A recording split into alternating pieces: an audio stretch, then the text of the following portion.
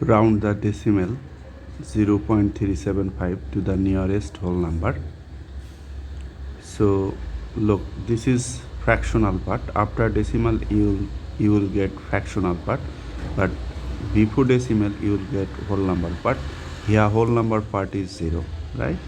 So nearest whole number means this 0 will be the rounding digit. So rounding digit will get rounding digit to the ones column. Before decimal we get ones column, after decimal we get tenths column, then hundreds column, thousands column, right? So after finding rounding digit you need to find test digit. So the digit after rounding digit will be test digit. So this is the first digit after rounding digit. So test digit is 3.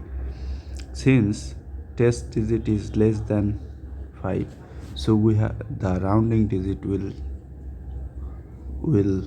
remain unchanged.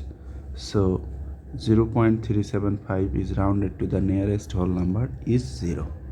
0 is a whole number, remember it. That is, we don't need to add 1 here as 3 is less than 5.